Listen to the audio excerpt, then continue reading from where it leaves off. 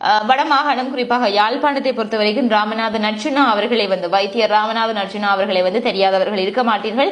என்னுடைய காணொலிகளுக்கு தற்பொழுது புதிதாக இணைந்து கொண்டவர்களுக்கு இந்த பெயர் புதிதாக இருக்கலாம். நிறைய பேர் தமிழ்நாட்டில இருந்து காணொலிகளை பார்க்கின்றீர்கள். ஆகவே அவர்களுக்கு அவரை பற்றி தெரியாமல் இருக்கலாம். அதற்காக ஒரு சிறிய விளக்கம் ஒன்றை தருகின்றேன். சாவகச்சேரி ஆதார வைத்தியசாலையில அதிகாரியாக மருத்துவ அதிகாரியாக அவர் பணியாற்றி கொண்டிருந்த பொழுது அவருக்கு சில ஊழல்கள் என்றே சொல்லலாம். சில வைத்தியர்கள் செய்த ஒரு சில விடயங்கள் பிடிக்காத காரணத்தினால மக்களுக்கு எதிராக, மக்களினுடைய நன்மைகளுக்கு எதிராக அவை இருக்கின்றது என்று சொல்லி தன்னுடைய சமூக ஊடக பக்கத்திலே அனைத்து காணொலிகளையும் வெளியிட்ட வண்ணமாக இருந்தார். அவர் பின்னராக மக்களினுடைய ஆதரவு அவருக்கு பலமாக இருந்தது, வெகு பலமாக இருந்தது. அவருக்காக போராட்டங்கள் எல்லாமே செய்தார்கள்.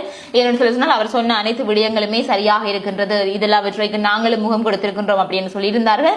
ஆகையால அவர் மீண்டும் மீண்டும் குரல் கொடுத்துக் கொண்டே இருந்தார். அது ஒரு கட்டத்தில் அவருக்கு எதிராகவே அனைத்துமே திரும்புகின்ற ஒரு சூழ்நிலை ஏற்பட்டது.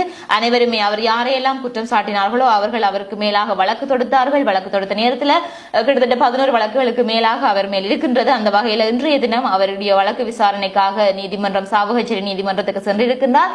அந்த வேளையில அவர் பிணை உத்தரவின் பேரில தான் விடுதலையாகி அவர் வெளியில இருந்திருக்கின்றார். ஆனால் அந்த பிணை நிபந்தனைகளை மீறிய காரணத்தினாலேயும் இன்றைக்கு வழக்கு விசாரணைக்கு செல்கின்ற பொழுது அந்த பிணை உத்தரவின் பொழுது அவருக்கு வழங்கப்பட்டிருந்த அந்த நிபந்தனைகளை மீறிய குற்றச்சாட்டுக்காகவும் அவர் முன்வைத்த அந்த குற்றச்சாட்டுகளுக்கு எந்த ஒரு ஆதாரங்களையும் சமர்ப்பிக்கவில்லை என்கிற ஒரு குற்றச்சாட்டுக்காகவும் அவரை தொடர்ந்து விளக்கமறியலில் வைக்கும்படியாக நீதிபதி அவர்கள் உத்தரவிட்டிருக்கின்றார். வருகின்ற அக்டோபர் மாதம் 10ஆம் தேதி வரை அவர் விளக்கமறியலில் இருக்கின்றார். ஆகவே இதுதான் இன்றைக்கு நடந்திருக்கக்கூடிய ஒரு முக்கியமான செய்தியாக இருக்கின்றது. ஆகவே இது எல்லாருமே எதிர்பார்த்திருக்கக்கூடிய ஒரு விடயம். உங்களுக்கு தெரியும், நிறைய பேர் அவருடைய பதிவுகளை தொடர்ச்சியாகவும் பார்க்கக்கூடியவர்கள். அவரும் கூட தற்பொழுது பாராளுமன்ற தேர்தலை எதிர்நோக்கி சில விடயங்களை நகர்த்தி வருகிறது தெரிய வருகின்றது.